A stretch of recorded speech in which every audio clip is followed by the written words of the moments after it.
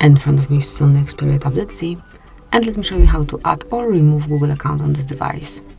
So first of all, just open the list of all apps, pick settings then, and mark accounts.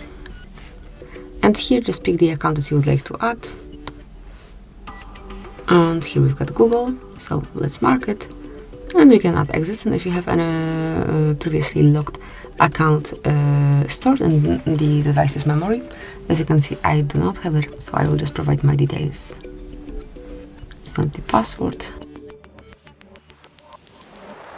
So as you can see, at first you need to provide your name, your account name, and then let me enter the password of the screen. And as only the password is entered, just tap on done. Tap on OK then, wait a couple of seconds.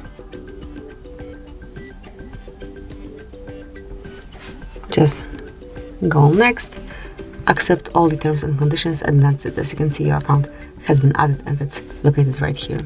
So that would be all, this is it. One more thing, if you would like to remove it, just mark it. And here you've got all details, tap on more icon then, and select remove account to remove it. Click on remove and it will be deleted. So this is it. Thank you for watching, please subscribe our channel and leave the thumbs up.